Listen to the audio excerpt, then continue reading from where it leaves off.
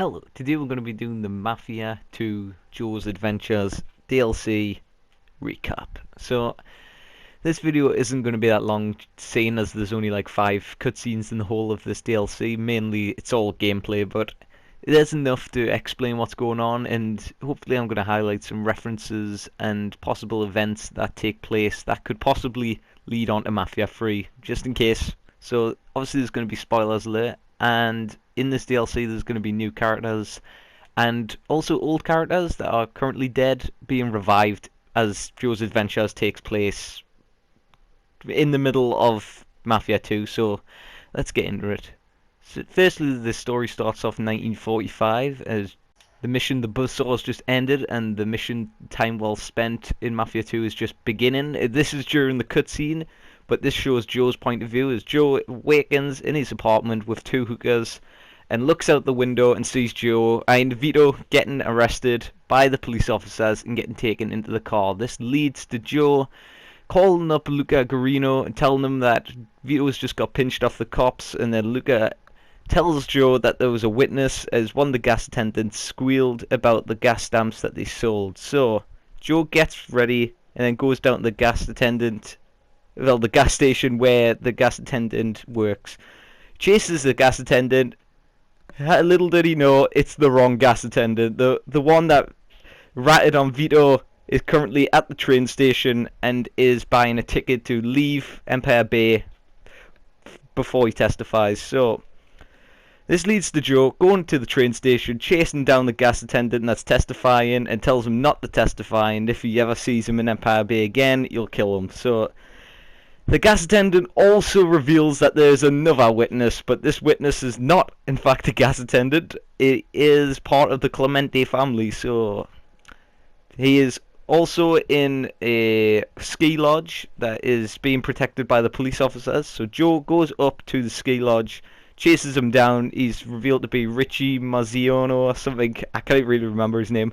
And he also kills him, leading to hoping that it doesn't really do much as Vito goes to jail anyway, but he kills the witness and gets rid of the guy who's testifying against the whole family. Then that leads to Joe and Vito getting arrested and then put in prison for about 6 years. And then Joe goes over to Freddy's bar, insults Luca in front of his men, which leads to Luca putting Joe on his hit list, sending men after him, until Henry phones up Joe, telling him that Luca sent hitmen after him and that Joe needs to escape the city. So Joe does that, and let's say he goes down south, which could possibly be Louisiana, which is based on Mafia 3.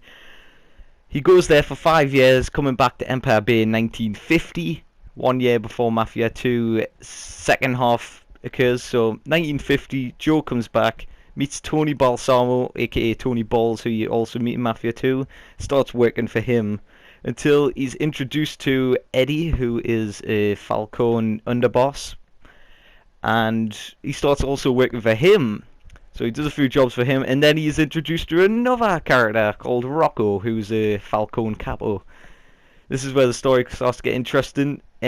Rocco is first introduced as he's interrogating a rat, who is later revealed to be Frankie Potts, the same character that you dig a hole for in chapter 7, I want to say. But it also doesn't make sense, as like this is 1950 and that also occurred in 1951, and it's just not able that he'll be able. It's not possible that he'll have that body in his trunk for that long, but whatever. So right, there's Frankie Potts, and the next it reveals that through the gameplay, through one of Rocco's missions, Joe is actually ambushed in a car park. A couple of men with guns start shooting him, and he gets away with the delivery, and then goes to the cat house where he meets Don Falcone for the first time. Rocco steps out for a moment and then comes back with gunmen, revealing that Rocco was in fact the one that tried to kill Joe, and he's doing a hostile takeover on Falcone. So Falcone is shot, but survives obviously, and Rocco fails these assassinations, so he runs to the construction site that they formerly met Rocco at. He runs to the top. He's got all his men shooting at Joe. Joe goes in, kills them all, chases Rocco all the way to the top. Rocco's about to kill Joe until Joe throws Rocco off the construction site, landing on Eddie's car, killing Rocco. So this puts Joe in a favor. Well, puts Don Falcone in the favor of Joe.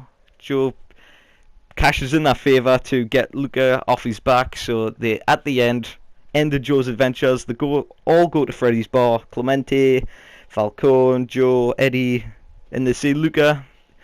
And then Luca's about to kill him, but, you know, obviously he can't because they're all friendly now. So Joe's forgiven by the Clemente family, and Joe starts hanging around the Falcone family, as you see in Mafia 2. And finally, just to top it all off, Joe flips off Luca as a final fuck you, but obviously he can't do anything because, well, it's all is forgiven. So that basically is Joe's adventures. It's a short DLC, mainly mission-based gameplay without the cutscenes, and yeah, hopefully you like this. Like and subscribe for some more, and I'll see you in the next one. Goodbye.